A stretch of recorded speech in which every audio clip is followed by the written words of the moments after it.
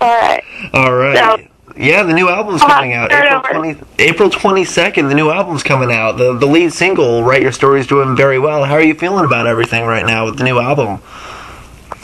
so good. It's exciting. You know, it's been, like you said, it's been about 3 years, and just ready to share this new music and get to play this new music on the road, and yeah, it's just excited. Awesome. Yeah, I mean, like you said, it's been 3 years since the last record came out, and I would imagine when it gets to be about 2.5, 3 years, you're just ready to play new music in front of people because you've been playing the same stuff for so long that when the new stuff finally comes out, it's like a breath of fresh air, kind of. Not that the old songs are bad, but it's like new music, you know? It's just fun. It's always fun to have something new to play. So yeah, I'm super excited. This record is just special, and can't wait to finally share it. Awesome. Yeah, the last 2 records did very well. In fact, they reached #1 on the Christian charts. Peaked at #1. You can't get better than that. Do you pay attention to the success of your records, and does that affect the expectations going into a new record when you know that the last ones do as well as they have? You know, it really didn't this time. I was able to sort of just set all that aside, and I think the excitement of finally being in the studio and writing some new stuff, and we had just moved back to Nashville when I started this record in the summer, and just knowing that I had time, I didn't have to rush, you know, it was going to be just an easier process maybe than the last one took all the pressure off. I just sort of let myself off the hook and just said, you just got to make a record that you love, and I did. And so I think you can tell there's just a carefree nature to this record sonically. It's got a lot of energy, and it's exciting, and yeah, so whatever I did, I should try to do again, because it was a really fun experience, and that's what matters. Awesome. Yeah, I mean, just listening to some of the stuff, I had a chance to check some of it out last night, and it definitely, like you said, has a lot more energy. Not just Write Your Story, but a lot of the stuff that I've heard, I almost want to say it has a harder feeling to it, like a musically heavier feeling to it than the previous record did, I think. And songwriting, lyrically, it's I feel like you explore a lot more avenues on this one and go a little bit deeper. For sure. Was that something that was kind of planned, or is that just like, it just came out when you were writing? Yeah, I think it just came out. It's where I'm at, and I think again there was just no sort of expectations that I put on myself for what the record should be, and that's what was on my heart, and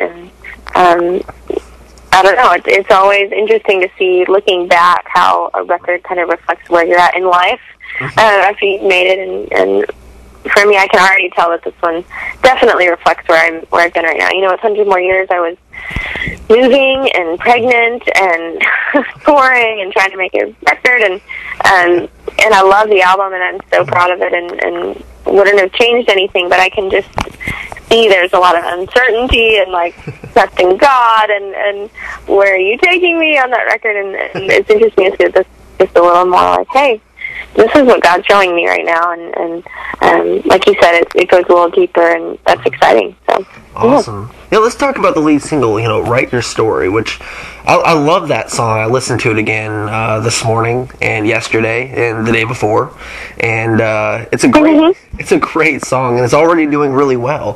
Can you talk to me a little bit about the inspiration of Write Your Story, where that song kind of came from? Yeah, absolutely. Well, thanks. I'm glad you like it, and let's do it.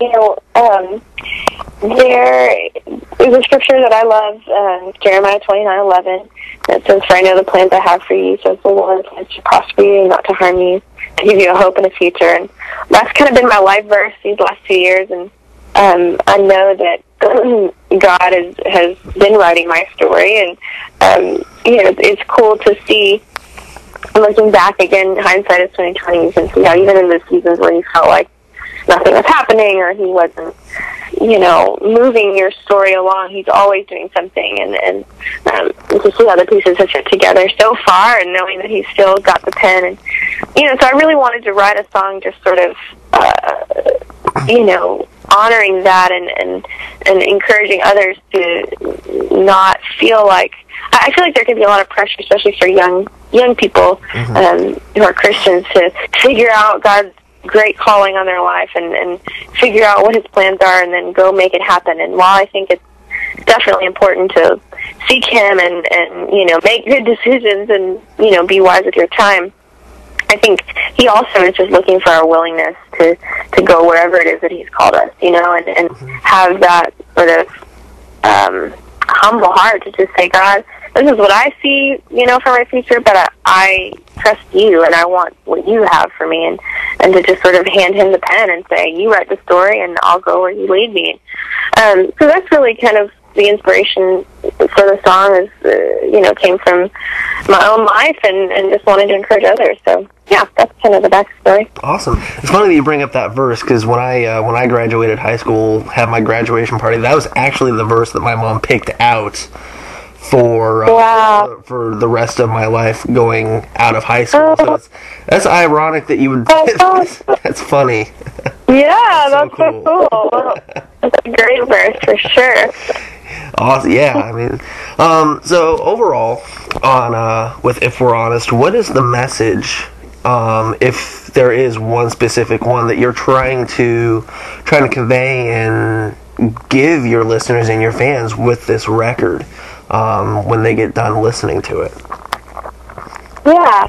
Well, I think a lot of the songs, tie into the title track, which is If We're Honest, and that song is specifically about transparency and being real with each other. I think the enemy has done a great job in the church to sort of keep us afraid of being real and sharing our struggles and sharing our difficulties and even sharing, the sin that we all deal with, for fear of being judged, for fear of looking imperfect, and just the things that we think, are going to happen if we're real and if we're honest with each other. Where in reality, when we're authentic and not afraid to sort of share those struggles, I feel like that's when healing comes. That's when grace abounds, and that's when relationships can really grow closer, and we can grow closer to the Lord in our walk. And so that song just came from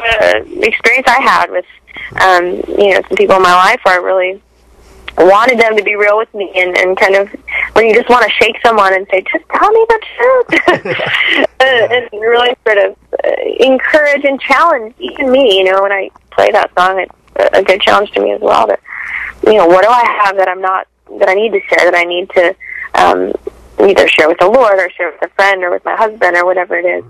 So I hope it's a challenge to others as well, and an encouragement for sure. But I think that theme sort of plays, kind of underlies the record of just, let's just be real. I'm going to write about things that maybe I haven't written about before, and I want to say things that I haven't necessarily said in my songs before. And maybe that will sort of be an encouragement to others to do the same and just to live a life that is honest and isn't fake, or hiding anything. Awesome. So, now I've got to ask, I have to ask, how did the project with Diet Pepsi come about? And tell me about that, because that is so cool. That's very interesting. Oh, I know. It's such a crazy thing. A few years ago, we accepted a tour date, or just a one-off date, actually, in Marion, Illinois, with the Pepsi Mid-America, their 75th anniversary. And before the concert, they asked us to come in a day early and play a house show for the man who runs the company. And those are always interesting. They can always be weird, and we were like, well, we'll do it, and kind of didn't know what to expect. Hope for the best. Ended up just falling in love with the Chris family, Lee and his wife Stacy, and his sisters and their children, and just an incredible family who loves God. And back then, they really weren't doing anything, involving Christian artists or Christian music in their company. They're a bottling distribution center in Marion, Illinois, and they service 5 states, I'm sorry. And but that relationship we've just kept in touch with them over the years, and they've been incredibly supportive and generous with our family and our ministry. And he brought this idea to us a while back and said, I want to do this can panel, promotion. And I know, faced a lot of opposition to make it happen. And just amazing to see a man and a family who will, put themselves out to incredible degrees to literally just to help and just to help someone and to further the message of the gospel. There was no gain in it for them at all, and just the lengths he went to make this happen was incredible. So for me and Toby Mack and Matt West and Matt Marr, it was an amazing experience and something that you can never expect to happen or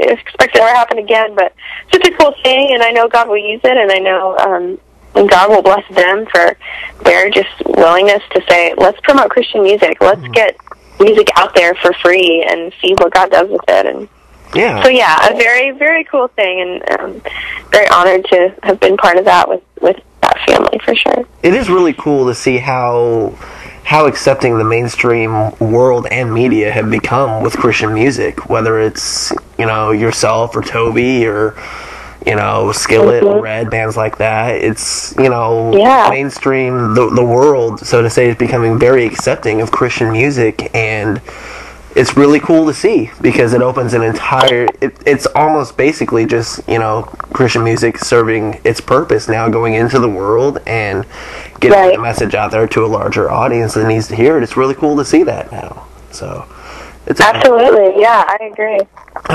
Finally, in March, you're heading out on the Bible tour, which is, I think, reading about it looks like a really cool concept, kind of a really cool layout for a tour.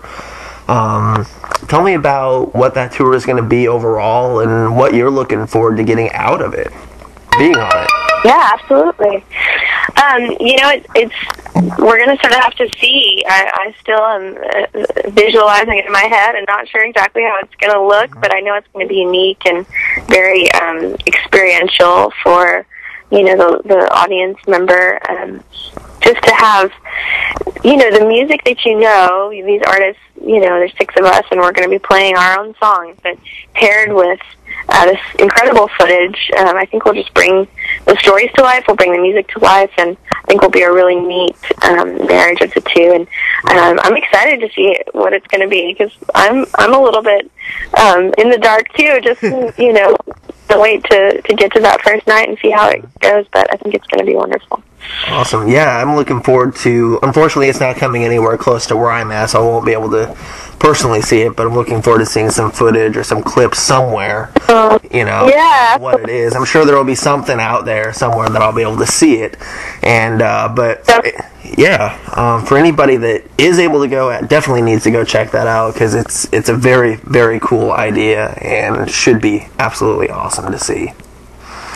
For sure. Awesome. Francesca, thank you so much for taking time to me. The new album, If We're Honest, comes out April 22nd. Everybody go out and grab it, buy it, and definitely check it out. Lots of great material on there. It's going to be good, and I think it's going to do very well for you, as everything else seems to do.